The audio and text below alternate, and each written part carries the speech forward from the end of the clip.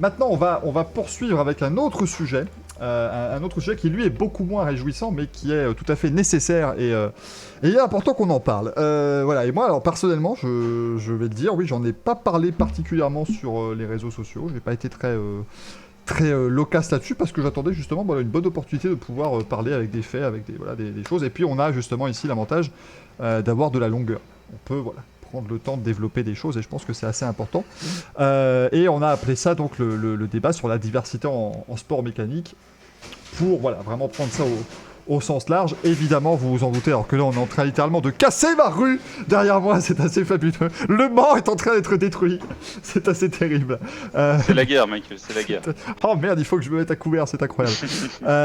Mais donc, c'est vraiment voilà, ce qui s'est passé ce week-end qui a été le plus gros catalyseur de ce qui s'est passé. Donc évidemment, on le sait depuis début juin, la situation, particulièrement aux États-Unis, est extrêmement tendue, avec notamment George Floyd et beaucoup d'autres affaires qui ne cessent de remonter au jour, et pas qu'aux États-Unis, en France et partout. Et effectivement, c'est un grand débat de société actuellement sur la place du racisme. Non, c'est pas ça, mais sur le poids qu'a le racisme dans les sociétés actuelles.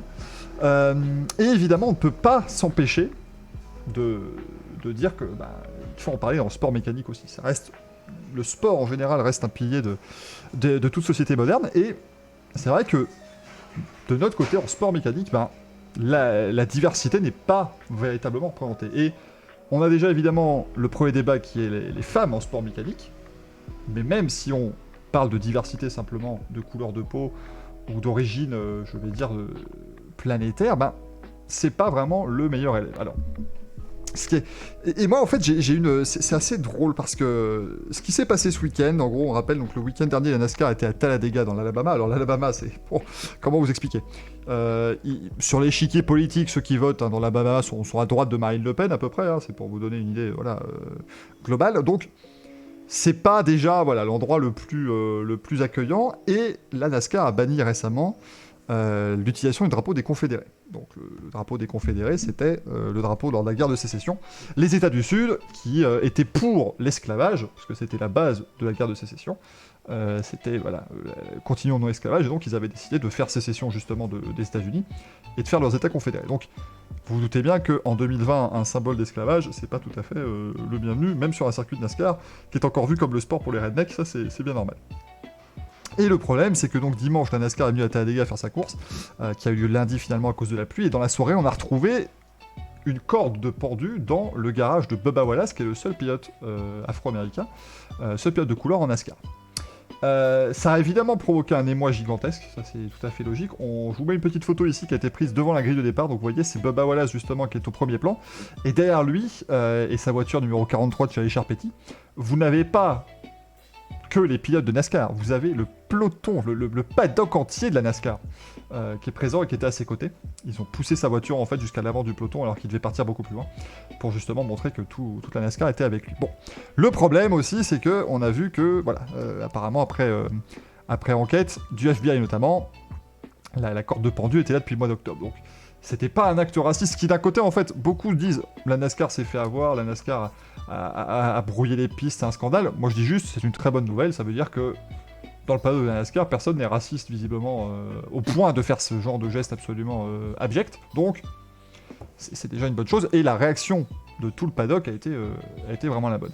Mais moi ça m'a choqué, je vais te laisser la parole après Olivier, mais moi ça m'a choqué parce que je me disais justement que pour moi les sports mécaniques étaient immunisé de racisme, parce que j'en tirais cette conclusion qui était, en Formule 1, on a la face de la F1 qui est Lewis Hamilton, qui est un pilote de couleur. Alors, il a été victime d'insultes racistes et de cris de singe et de beaucoup de choses sur les podiums dans les premières années, mais moi j'avais cette sensation, et peut-être que j'étais aveuglé, et c'est important d'en prendre conscience, que il était devenu l'image de la Formule 1, et que en fait plus personne ne le voyait comme un athlète de couleur ou quoi que ce soit. Donc effectivement, de voir qu'il y a tout ce racisme, et il a d'ailleurs été très virulent sur les réseaux sociaux, et j'ai trouvé ça assez important. Et c'est justement là que j'ai envie de te faire intervenir, Olivier. Moi, quand il parlait justement de sport où les blancs étaient majoritaires et silencieux, moi ça m'avait assez frappé en fait. J'imaginais pas que c'était comme ça.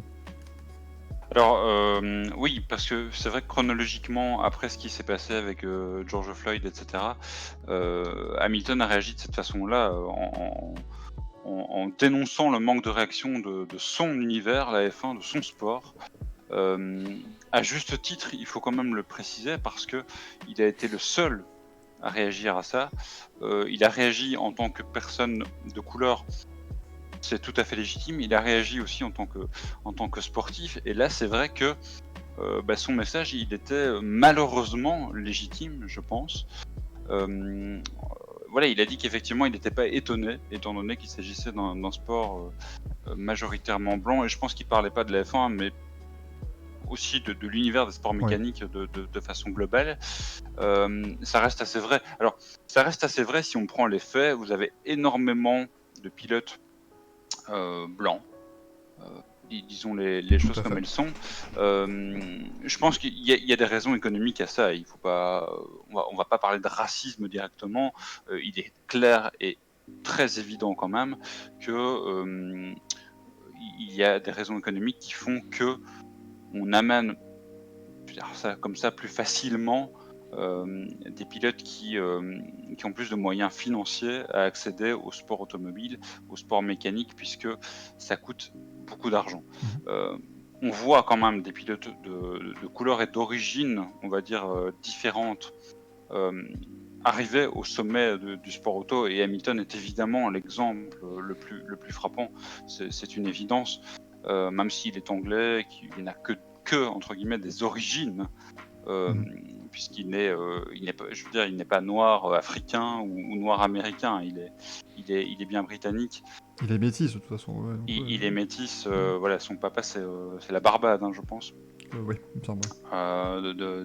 d'origine et du côté de sa maman, bah, voilà, on est anglais. Mais voilà, il est effectivement cet exemple, je pense sincèrement, Michael, qu'aujourd'hui, bien sûr qu'il y a du racisme dans les sports mécaniques comme il y en a partout. Oui.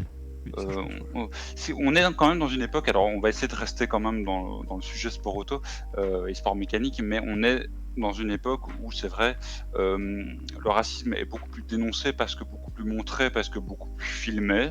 Faut dire les choses comme elles sont, mais on est aussi dans une époque où les gens qui sont racistes sont un peu décomplexés de l'être. Il Complètement. faut dire les choses comme elles sont. Hem et on en arrive à des situations, comme on les vit actuellement. Je crois que, Lewis Hamilton, sans ne parler que de lui, mais il a quand même un rôle assez central dans cette histoire en tant qu'ambassadeur, en tant que grand champion actuel de la F1, de par sa position vraiment. Je pense qu'il a des choses à dire. Je pense qu'il prend ça très à cœur et qu'il a raison et qu'il est vraiment dans la bonne position, pour le faire aujourd'hui et que c'est très important de le faire parce que, hem non seulement on doit pouvoir faire quelque chose pour amener un peu plus de diversité dans le sport auto, mais en plus de ça, il est important, comme dans tous les autres sports médiatisés et non médiatisés d'ailleurs, de combattre le racisme et je pense que la NASCAR, en ce sens et comme ça je rejoins aussi, la boucle est bouclée par rapport à ton propos, je pense que la NASCAR a envoyé un très bon signe parce que finalement, même si cette corde n'avait rien à voir avec Wallace, au final, on se retrouve quand même dans un contexte, alors un petit peu dangereux, je dirais ça comme ça, et où la NASCAR réagit très positivement en soutenant le pilote. Tout le monde l'a soutenu, Mmh. et je pense que c'est un signe positif. Donc de toute façon, ça reste au final, enfin, c'est pas que ça reste une bonne chose, c'est que il y a quand même, Du positif quand il est des, sorti. voilà, c'est ça, il y Mmh. a il y a il y a des éléments très positifs à en retirer. Mais oui, bien sûr qu'il y a des choses à faire et je pense que, Hamilton a été, il faut clairement le dire, a été victime de quand même pas mal de soucis dans Tout ses à fait. premières années en F1.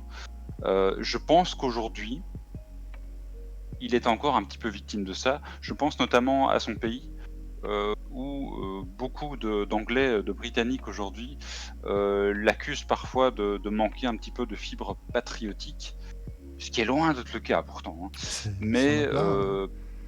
je pense qu'on l'accuse de ça parce que, je vais le dire comme ça et je ne sais pas du tout ma pensée, mais pour ces gens-là, il ne s'agit pas d'un anglais, d'un britannique pure souche Oui. et Oui. hem et ça reste Pour quand ces même gens-là, un bien sûr, souci.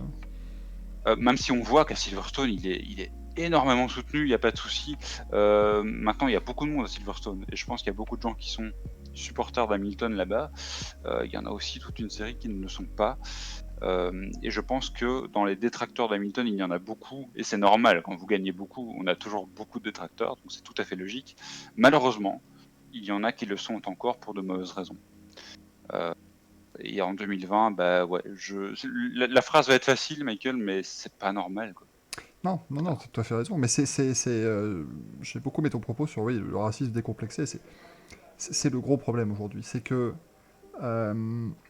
tu peux plus, en fait. Alors, on les montre du doigt, on les combat. Et j'avais un propos de Jake Humphrey, qui est un présentateur britannique de sport et qui avait présenté la F1 sur la BBC pendant plusieurs années. Et qui expliquait, lui, il a Rio Ferdinand dans son équipe de consultants. Et ils avaient eu une très longue conversation sur l'antenne. Moi, j'avais trouvé ça formidable.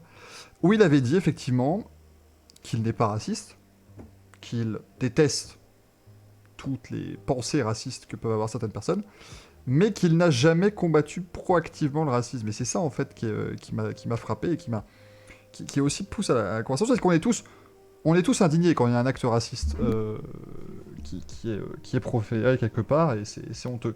Que ce soit dans un stade de football, que ce soit malheureusement dans la rue quand des policiers américains ou autres se prennent à des personnes de couleur, mais on n'a jamais, voilà, quand il n'y en a pas, eh bien on le met un petit peu sous le tapis, on ne réagit pas, alors qu'il faudrait effectivement peut-être plutôt être proactif dans la lutte contre ça, et c'est peut-être justement ces événements-là qui vont nous pousser à dire non, maintenant cette fois-ci on va pas juste dire voilà c'est pas bien et on reviendra au prochain acte répréhensible, on dira maintenant tout le temps c'est pas bien, même si tout se passe correctement, il faut continuer, et donc ça c'est peut-être effectivement la chose très positive. La NASCAR, faut quand même imaginer, enfin, la NASCAR, c'est quand même un sport de sudistes, mais les sudistes américains, je vous le dis, c'est vraiment...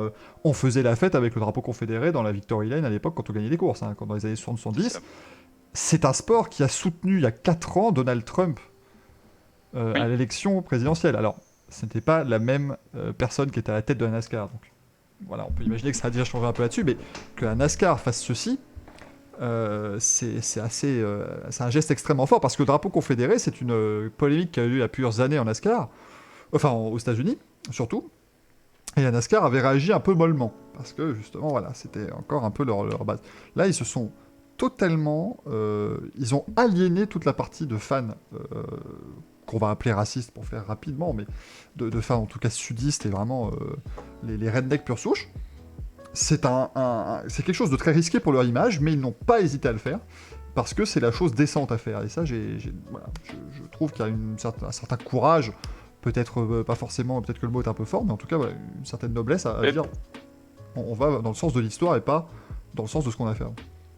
Il y a en tout cas une prise de position, et je pense que c'était la prise de position à avoir aux yeux du monde, hein, tout simplement. Je pense qu'elle est nécessaire. La F1 la prend aussi, hein, d'ailleurs, ils ont lancé, j'ai perdu le nom de l'opération, mais...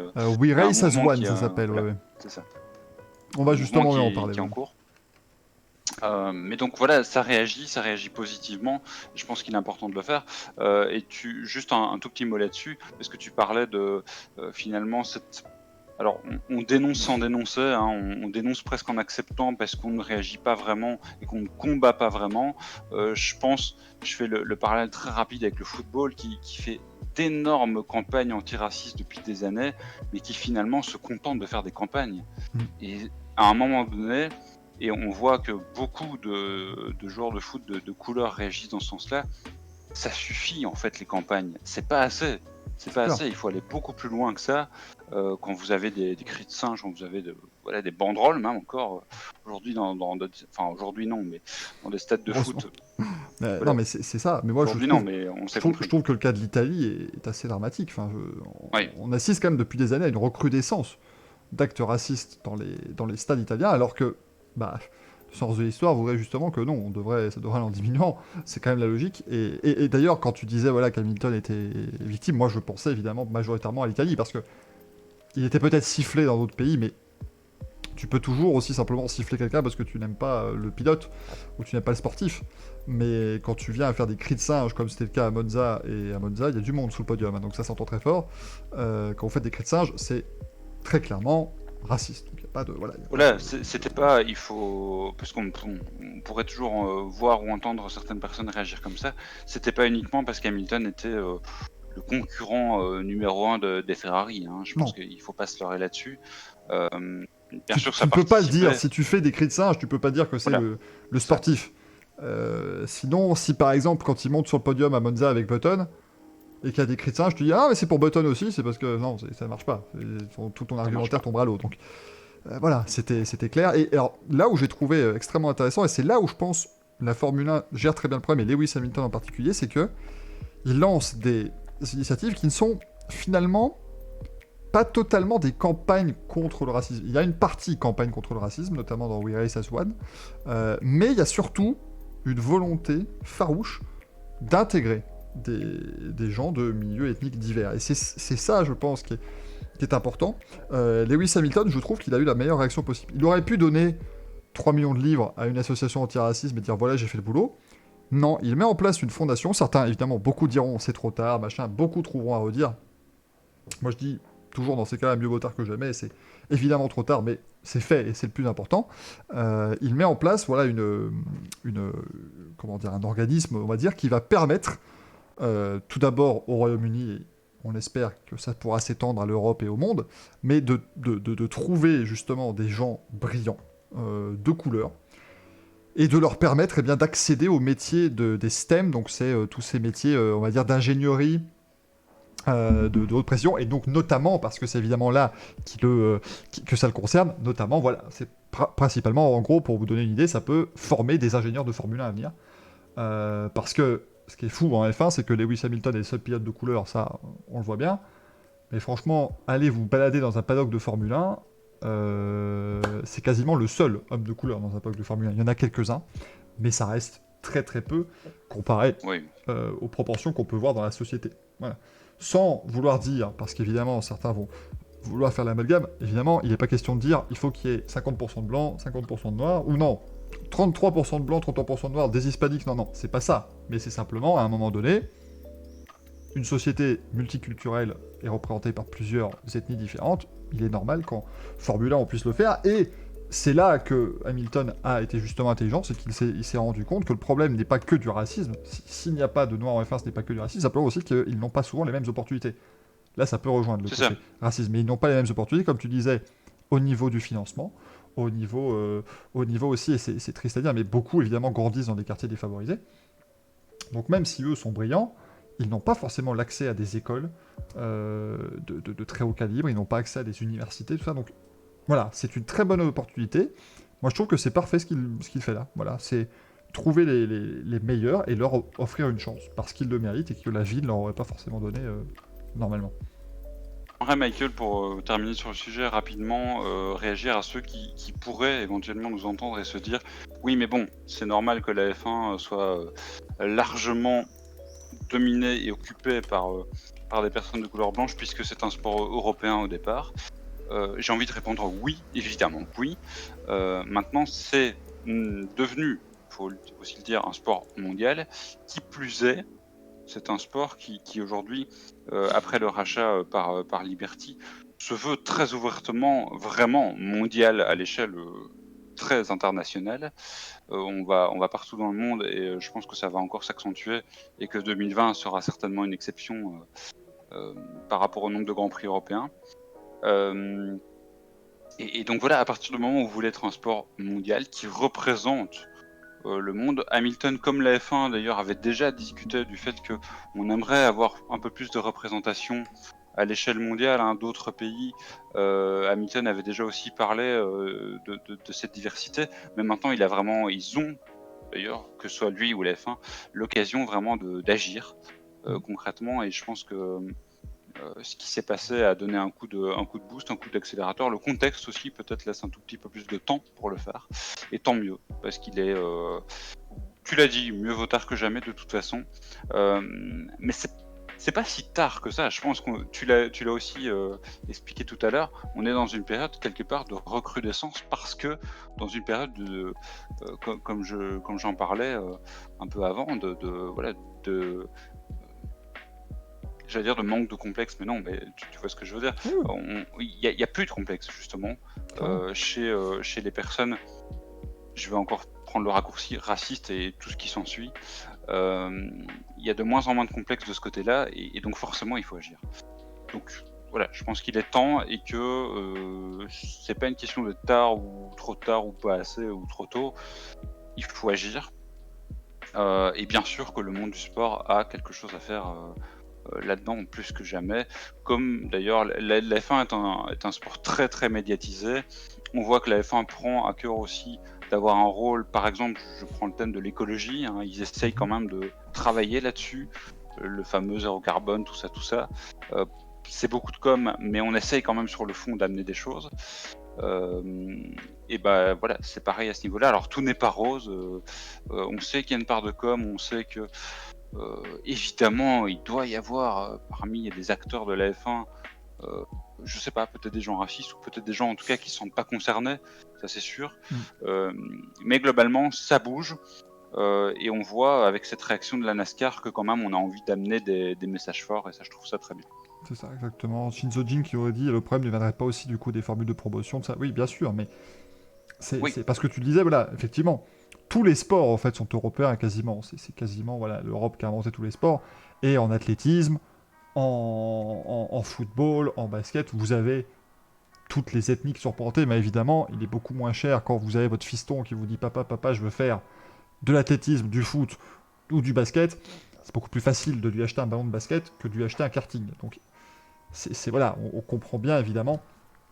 Et c'est pour ça que je trouve que voilà, le sport auto, c'est un endroit quand même où effectivement on ne pourra jamais atteindre une diversité aussi franche que dans d'autres secteurs, mais non. simplement parce que tu ne peux pas te battre à un moment. Tu es obligé, tu es dans une entreprise, enfin comment dire, une industrie qui coûtera de toute façon toujours très cher. Et à un moment donné, là, les seuls qui peuvent faire quelque chose, si vous voulez, qui est beaucoup de couleurs, enfin de personnes de couleur en Formule 1, beaucoup d'asiatiques, beaucoup de femmes, beaucoup de tout ça, les seuls qui peuvent faire quelque chose, c'est les gouvernements. Là, on passe carrément au gouvernement, aux fédérations sportives. Et ça devient quelque chose qui dépasse le cadre des fédérations et des organisateurs d'événements sportifs. Donc voilà, c'est une société entièrement à revoir dans ce cadre précis. Donc je pense que c'est voilà, c'est utopique de penser par exemple qu'un jour on pourra avoir 50% de femmes, 50% d'hommes. Ce sera pour moi jamais réussissable. Mais au moins, si on peut apporter des choses, aller de l'avant et utiliser des plateformes. Et je trouve que là, Hamilton a été très bon parce qu'on l'a souvent un petit peu critiqué en disant qu'il était champion du monde, mais qu'il se mouillait pas trop sur beaucoup de choses, mis à part le véganisme. Mais en attendant, voilà, là il y avait une cause qui lui tenait particulièrement à cœur et sur laquelle on l'attendait. Il était quand même attendu, il faut le dire. Il a répondu présent et j'ai trouvé ça intéressant parce que récemment on avait la série sur Netflix de Last Dance avec Michael Jordan. Et dans cet épisode-là, hein, enfin dans cette série-là, à un moment donné, évidemment, il n'avait pas, lui, réagi quand un gouverneur de Caroline du Nord pouvait être, pour la première fois, un gouverneur noir, pardon, pouvait être élu, et il n'avait pas pris position, et ça lui avait été particulièrement reproché. Depuis, rassurez-vous, il a bien compris que la politique est extrêmement importante dans le sein du sport, et il a fait d'ailleurs un très très beau geste avec un don de 100 millions d'euros de dollars sur 10 ans, je crois, justement, à diverses associations. Mais donc là, voilà, Hamilton a compris aussi qu'à un moment donné, le sportif de 2020 a un rôle politique, et ça, je pense Et on peut saluer. je vais me permettre le tout petit coup de pub, hein, Michael, mais c'est parce que tu fais beaucoup de liens avec cette émission qu'on a publiée sur la chaîne Roue Libre justement il y a peu, sur la place qu'occupe Hamilton. Alors on l'a volontairement titré un peu provoque, est-ce que Hamilton est déjà le pilote de F1 le plus légendaire de l'histoire. Mais on a parlé beaucoup d'Hamilton l'homme, et c'est vrai qu'il a un rôle, je vais oser dire le mot à nouveau aujourd'hui, mais politique finalement, qui devient important dans des sujets assez majeurs. Là, on parle de lutte contre le racisme et d'ouverture globalement, d'ouverture à tout le monde. On sait qu'il est aussi concerné, même si ça fait rire certains. Moi, je trouve qu'il est légitime, mais ça fait rire. Il se sent concerné par le réchauffement climatique et par l'écologie en général. Je pense il occupe bien son rôle là où effectivement, durant sa carrière de joueur, en tout cas, Michael Jordan a été très très absent. Alors, c'est une autre époque, il faut aussi remettre Ouais. les choses dans le contexte, mais bon, Jordan était beaucoup là pour jouer au basket. Là où Hamilton, on le sait de toute façon, ça fait un moment déjà, dépasse le cadre de la F1, hein. Il est suivi par des gens qui ne suivent pas les courses de F1, il faut dire les choses comme Bien elles sûr. sont. Bah voilà, il a un peu ce statut de star, mais il a aussi le statut de star de la F1 et il doit utiliser ça. Et pour l'instant, c'est vrai que plus les années passent et plus je trouve il prend de l'envergure et finalement il est, sans lui lancer des fleurs, il est, je trouve assez à la hauteur du statut qu'il a aujourd'hui, d'un gars qui a 6 titres de champion et qui a un message à faire passer. Donc ça c'est très positif et j'espère que voilà, au-delà de lui ou même au-delà de la F1, j'espère que le sport en général va continuer à travailler dans ce sens-là parce que c'est très important et je pense notamment, même si c'est pas le sport qui m'intéresse le plus, mais je pense que le football a beaucoup, beaucoup, beaucoup de choses à faire, Ouais. en la matière. Le football est le sport numéro un, et de toute façon, il faut absolument que le football parvienne à saisir ça. Bah, Scorp19 nous le dit dans le chat, il a tout à fait raison. Jordan trouvait surtout que c'était pas parce qu'il était noir qu'il devait soutenir une personne dont il partageait pas particulièrement les idées, et c'est voilà, tout à Oui, fait non, aussi. ça bien sûr. Voilà, on peut l'entendre, toi. Voilà, je pense que ceux qui le critiquaient n'étaient pas forcément voilà, les meilleurs admirateurs, on va dire, de Michael Jordan à la On peut, base. on peut l'entendre, mais c'est vrai que Jordan, finalement, alors il avait déjà et il a évidemment toujours ce statut d'icône totale de la NBA et donc du basket en général. euh, Du sport tout voilà, court. et du sport tout court, c'est ça. Et il a quand même, durant sa carrière de joueur en tout cas, ça a quand même un peu changé depuis. Il a quand même très peu réagi sur des sujets qui concernaient pas le basket, et c'est vrai que c'est un peu dommage. Maintenant, il a aussi appris de ça, et je pense qu'aujourd'hui, il réagit beaucoup plus. Et aujourd'hui, ça permet justement de voir des articles où on voit Jordan et Hamilton qui parlent l'un de l'autre et qui se citent. Mais tant mieux, quelque part, tant mieux que ça aille dans ce sens-là, évidemment. Très clairement, et voilà, on espère effectivement que bah, voilà, ça va continuer dans ce sens et que c'est pas justement quelque chose de ponctuel parce que c'est un mal qui de toute façon reviendra dans la société actuelle. On va pas se mentir, vu l'époque qu'on vit actuellement et vu que voilà, la montée des extrêmes naît également de cette capacité qu'ont les gens à être tout à fait décomplexés maintenant de ce point de vue-là, on sait que ça risque d'être voilà, toujours aussi difficile dans les années à venir, donc si le sport peut au moins apporter une pierre à l'édifice, c'est aussi extrêmement important. J'espère en tout cas qu'on a été voilà, complet, moi, en tout cas on a dit ce qu'on avait à dire, mon Churier, et je pense que c'était très important d'en parler. D'en parler ce soir.